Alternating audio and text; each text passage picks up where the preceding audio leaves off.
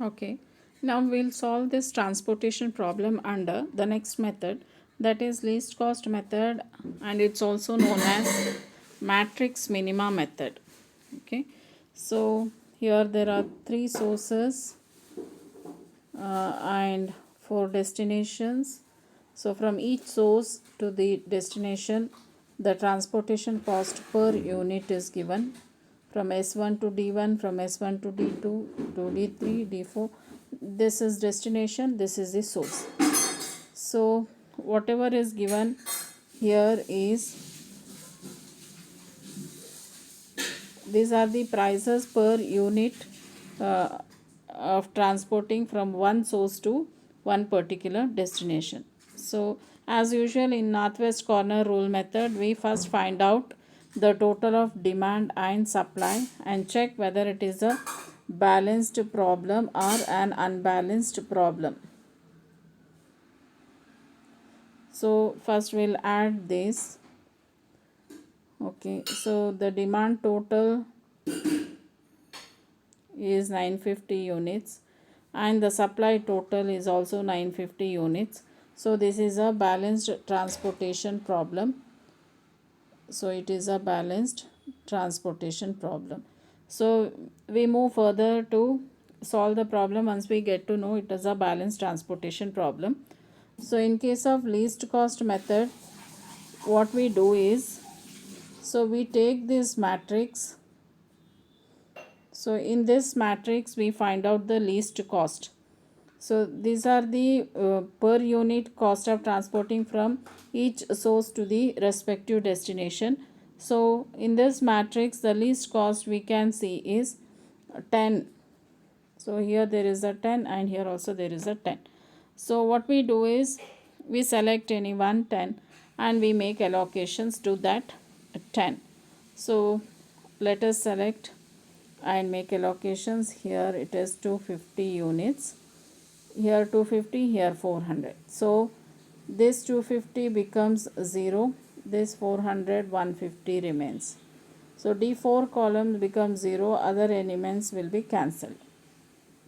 Then in the whole matrix the next minimum is 11. So we make allocations to 11. So there is 200 here, 250 here. So we allocate the minimum of the 2, that is 200. So 200 minus 200 is 0. 250 minus 200 is 50. Okay. So once D1 column becomes 0, other element is cancelled.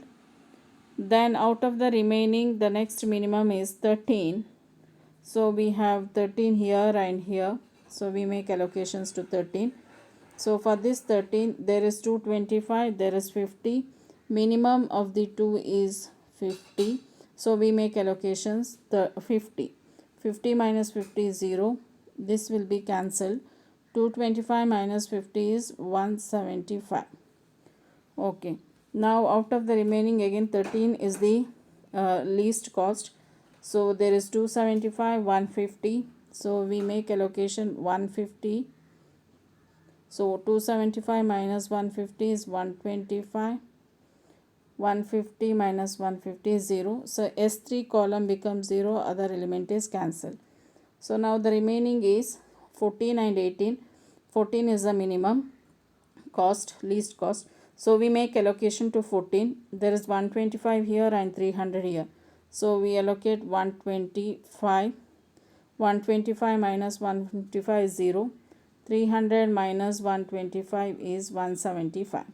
Finally 18 is remaining. There is 175 here in this supply side and there is 175 units the demand.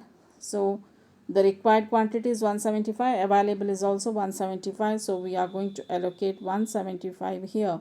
175 minus 175 is 0, 0. So now we have made all allocations. There are 4 columns and 3 rows. 4 plus 3, 7 minus 1, 6. 1, 2, 1, 2, 3, 4, 5, 6 allocations we have made. So we have satisfied the supply and demand constraints and made a possible allocation. So we have got the basic feasible solution And now we have to calculate the total cost of transportation under this method. So we'll see. Here we have made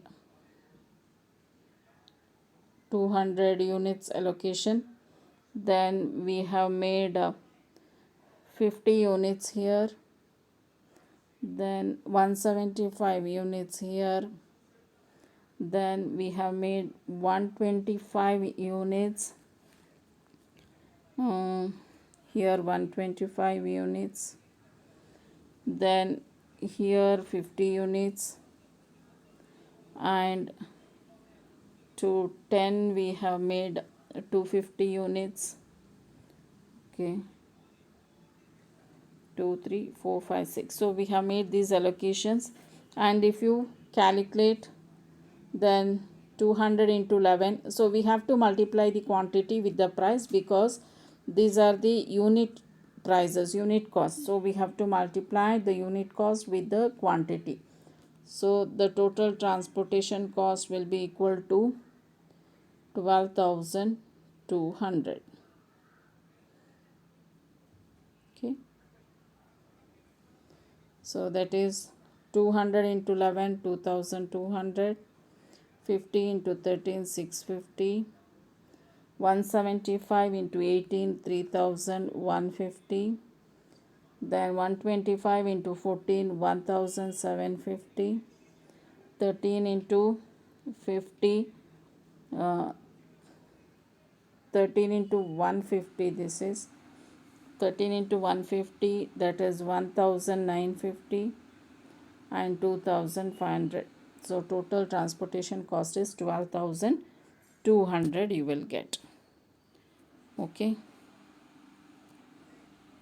so this is how the transportation cost is calculated, and the basic feasible solution is found out under least cost method of transportation.